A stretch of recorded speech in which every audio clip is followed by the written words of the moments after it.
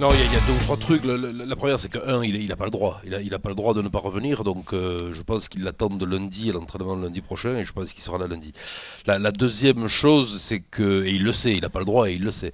La deuxième chose, c'est que depuis le retour de Pierre-Yves Revol, les choses ont un peu évolué au Castres Olympique. Lui, il se cache derrière le fait que les dirigeants lui auraient promis, mais sans qu'il y ait aucun accord écrit, qu'il serait libéré à la fin de la saison. Une sorte d'accord oral. Oral, voilà. Et ce que Pierre Revol, dit-il, refuse aujourd'hui, d'où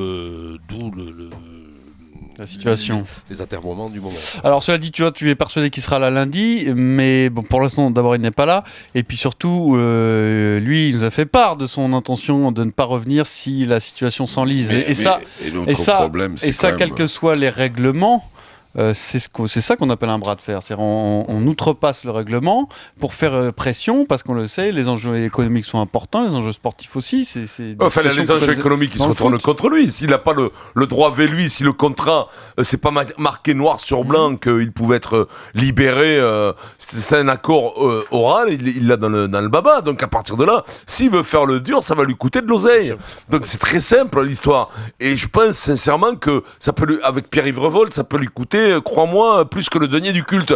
Donc d'après moi, il va être dans l'avion, là, il va revenir, il va jouer rapidement. Après, moralement, au niveau de la moralité, c'est un peu moyen, parce qu'en plus, il mouille, jusque-là, ça s'était bien passé, il mouille un peu le transfert de la bite et de travers vers le Racing, tu vois. Il aurait pu s'en passer, il aurait pu au moins se taire, ne pas les mettre en porte-à-faux.